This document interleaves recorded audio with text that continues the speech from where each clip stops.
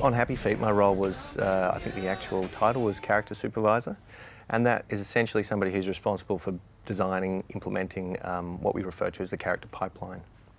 One of the key things about the character pipeline is that it really has to take everybody into consideration. And when you think about a character, there's so many things that are involved in that character. There's the way they look, there's the way they perform, there's the way that they emote, and there's all the different things that they go through. There's their wardrobe.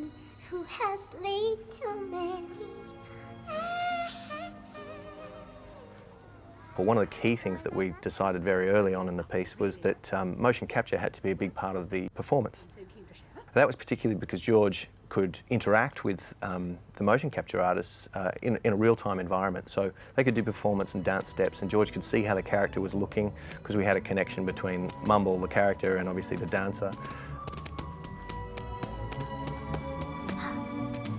While the motion capture guys were getting a performance that they felt really encapsulated Mumble as a true character, the surfacing guys were there doing turntable reviews, and we're looking at this character, and everyone's getting really focused on the details of his eyes and the details of his beak and how the fur looks and all that kind of thing.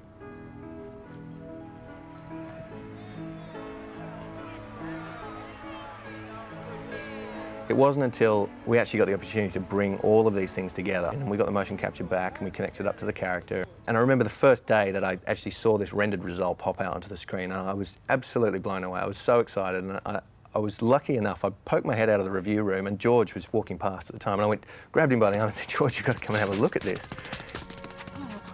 His eyes widened up and he was just like, blown away. Finally, there was the character that was going to be the lead in our film. It was a real watershed moment, probably particularly for me because I got to see how excited the director was, but I think also for him in that up until that point, it's very hard to, when you're making a CG film, to make that sort of leap, as it were, from what you're looking at in all these separate places to what it's going to look like when it's finalled.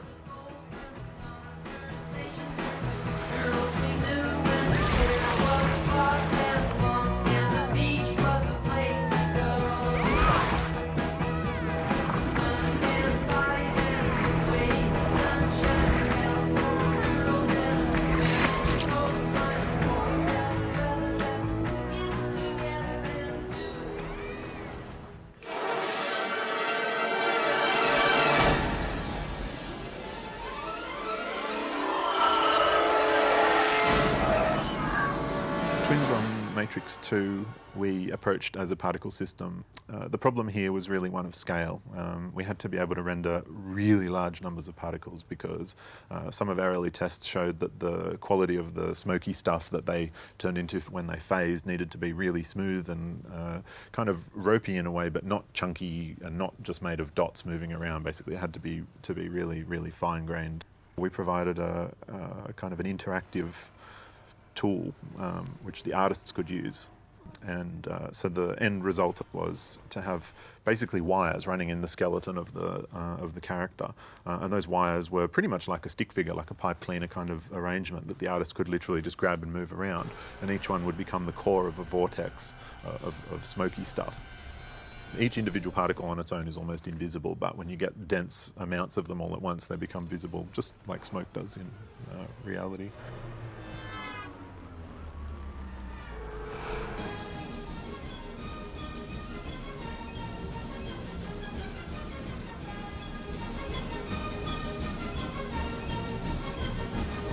With Kylie Minogue and the Green Fairy, we had a brief to do a sparkle effect. The design department had a whole bunch of little effects that they wanted to achieve, particular shapes that they wanted to have, little stars and hearts and whatever that are all coming out. There was also a very particular motion that they wanted to achieve. They wanted the particles to sort of spark out of Kylie, but then actually take on slightly realistic tones as they followed trajectories through the air and stuff like that. So one of my responsibilities was to build that system in a way that was extremely efficient, and I was able to overcome some interesting technical challenges because the particles needed to have a fairly realistic ballistic kind of trajectory. I was able to use what's called an analytic particle system instead of simulated one. Technical terms, I know, but essentially it just means that you can use a mathematical function to solve the particle system at any moment in time without having to start at the beginning of time and kind of step your way forward. And that was really useful because that meant we could have hundreds of CPUs working on a frame at a time and very quickly turn it around. For Moulin Rouge, as well as the green fairy effect, we also did the cities in the background. In fact, there were buildings modelled at all levels, from painted on the background to the highest detail. My task was to fill in the midground, so basically they needed to be 3D because the camera moved enough that you could see if they were painted, but we didn't ever get so close to them that we needed to be hyper detailed or anything like that. We just needed there to be lots of them.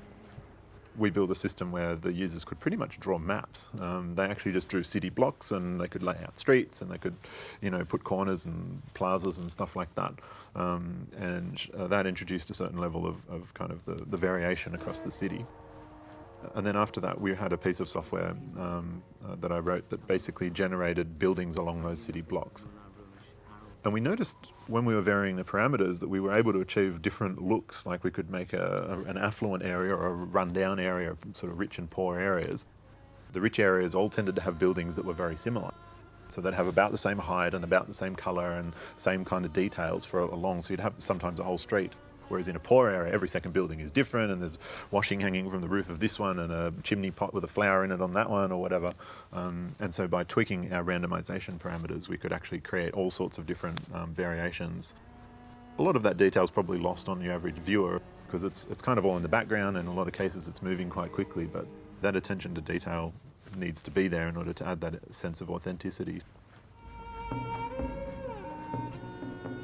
We probably did about half of the visual effects in the film.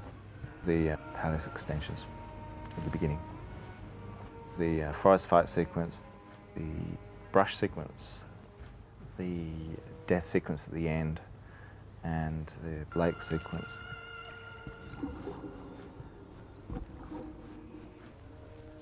In the forest fight sequence, we brought some leaves back. But unfortunately, we couldn't get them through customs. They had to be irradiated, I think. So what once were beautiful sort of yellow leaves became this sort of rusty old brown, crumpled leaves that weren't really much use to us. But Chris Godfrey, the guy that was up there at the time, took lots of front and back shots of each of these leaves. So that was perfect for us, texture mapping. There's one shot, which I think Maggie Cheung's character has whipped up the leaves, and there's this big sort of tornado, sort of horizontal vortex of leaves around ZE, who's spinning horizontally like that. And the sequence is basically shot without any of the effects leaves. There's no practical leaves in there, and that's just the two of them on wires. And she's actually is spinning in camera. The forest fight is all yellow, but then it turns sort of blood red at the end when the main character dies. I think that's probably one of my favourite shots in the sequence. And even a simple sort of colour transition like that was quite tricky. Like originally the background, the forest was looking a bit bedraggled. We had to sort of extend it, thicken it up, add more falling leaves, and obviously do a colour transition where she fell to the ground. It wasn't the most complicated visual effects shot in the world, but it was very kind of evocative and quite beautiful.